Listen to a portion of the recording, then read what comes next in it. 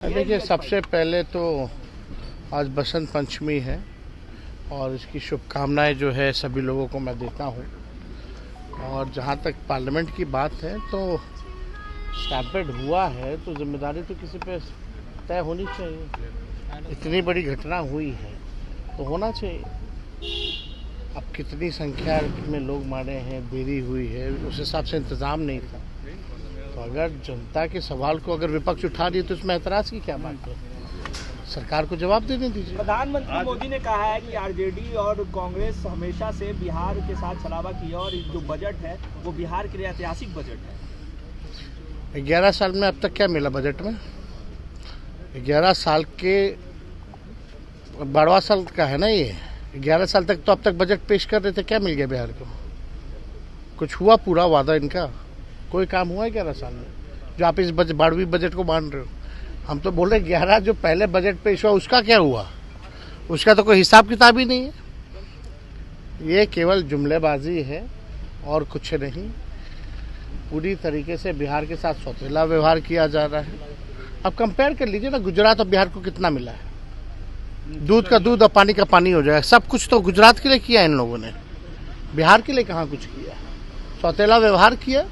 विशेष राज्य का दर्जा पहले भी पिछला बजट में अनाउंस था ना, लगभग 60,000 करोड़ के आसपास। कहाँ है उसका? क्या हिसाब है? मिला कि नहीं मिला? मिला तो कहाँ खर्च हुआ?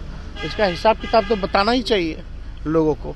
तो देखिए, आज हम जो है मधुबनी बेनीपट्टी जो है वहाँ जा रहे हैं और जिस प्रकार से बेहद दर्दनाक घटना वहाँ हुई है, एक अल्पसंख्यक को जब पुलिस के डीएसपी ने, पुलिस वालों ने बहुत पिटाई की है, बिना कोई वजह के जो है पिटाई की गई है।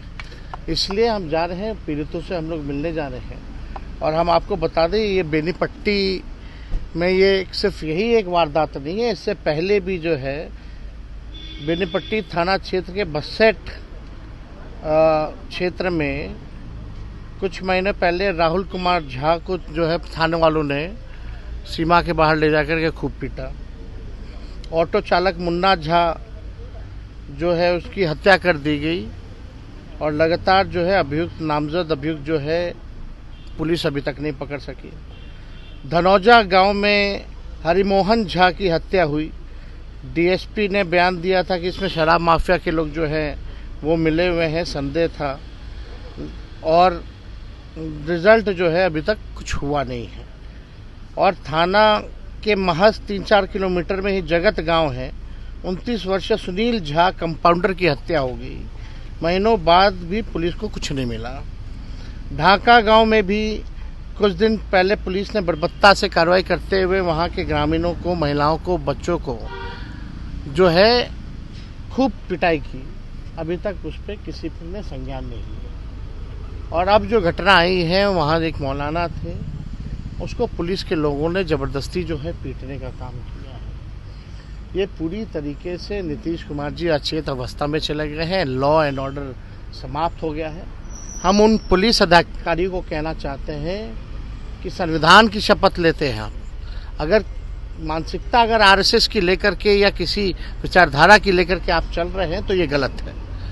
आप सब लोग जनता के नौकर हैं, जनता मालिक है। जनता के पैसों पर आपको जो है आपका महीना मिलता है, सैलरी मिलता है, और आप जनता को जो है बेरहमी से जिस हिसाब से पिटाई की जा रही है, थाने में चले जाइए, ब्लॉक पे चले जाइए, घूसखोरी हो रही है। तो इस तरह की मानसिकता अगर कोई पुलिस वाले अगर दिखाने का काम कर रहे हैं तो इसकी घोर निंदा होनी चाहिए। और हम आपको बताना चाहते हैं कि अगर कोई भी मुसलमान भाइयों के प्रति अगर कोई बुरी नज़र से देखने का काम करता है तो उन बुरी नज़र वालों को नज़र अच्छी कैसे की जाए, हमें हर तरीके पता है।